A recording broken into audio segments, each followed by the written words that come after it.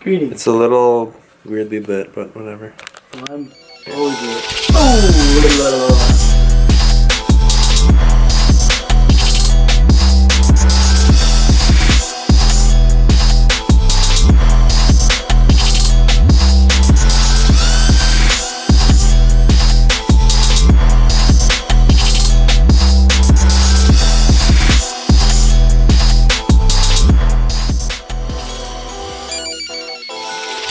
What is going on, guys? So as you saw, I was just starting out the day with my typical morning routine of writing down basically the priorities for the day, kind of setting up my goals, getting everything prioritized, and really that has allowed me a lot of structure since I've started doing that, especially as an entrepreneur, working for yourself and having to structure things on your own.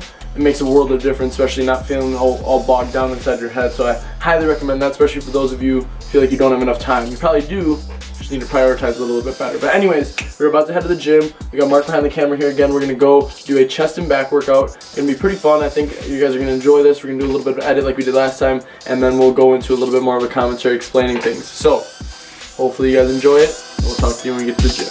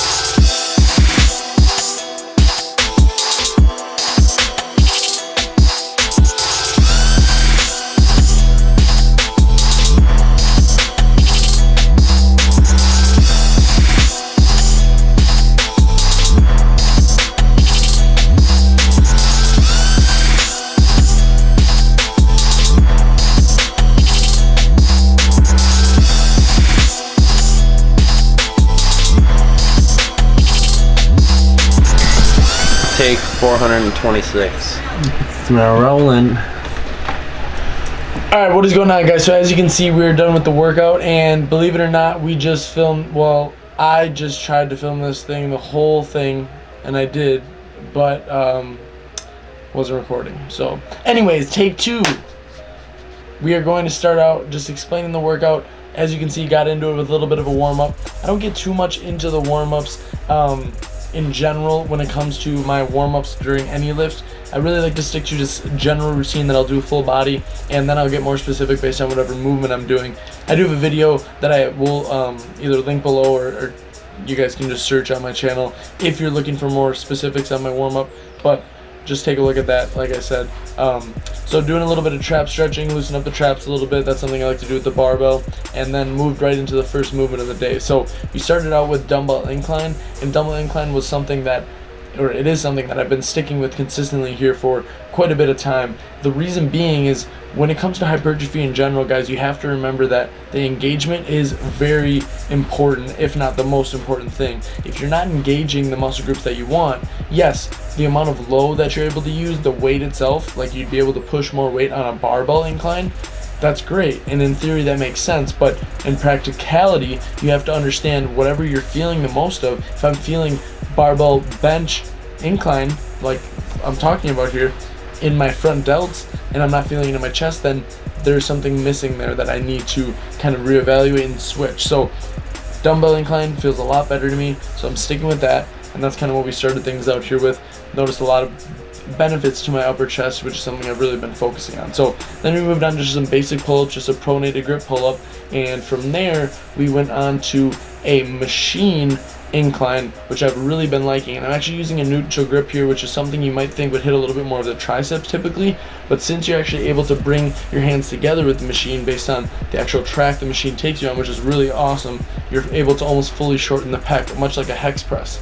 So I really like that, and that was something that we did. And then from there we actually paired that with a barbell bent over row. So you just use the heaviest curl bar, just really focusing with an underhand grip on those lower lats, and that was the pairing, like I said, superset that I was going back and forth with. We then finished it up with some cable work. So what we did for the cable work was a pec fly seated, and I was really able to focus on the chest there. A lot of times you feel yourself moving around, or your torso moving around when you're doing standing pec flies, so really able to isolate a lot more there. You got to lessen the weight, but a lot of times it will give you better engagement. So we paired that with a single arm row, where I was actually focusing again on the lat, really driving that elbow down towards the hip. And from there, then we finished it off with a little bit more pulling, because you do want to make sure you're doing more pulling than you are pushing for your overall posture and shoulder health. I can get more into that in another video if you're interested, but from there we did a bent over elbows out row to hit a little bit more of the upper back and rear delt. So that was really the workout, guys. Hopefully you guys enjoyed this. Hopefully this gave you some insight with things. We're going to be back with another sort of style workout like this, and hopefully you're enjoying this style where we go into a little bit of an edit. Mark kills it with that, and you guys are interested with things there, and then you get a little bit more of the insight and kind of the behind the scenes when we go into the commentary. So like I said, if you do enjoy this, please drop a like. That really shows that you enjoyed it, and if you want to make a comment, that'd be even better. If you have any questions, leave them below. But otherwise, guys, this is something, like I said, we're going to do more consistently, so please leave a like, subscribe, turn on your notifications as well, so you make sure you get notified when I do upload a new video. Thank you guys for watching as always, and we'll see you in the next one. Peace.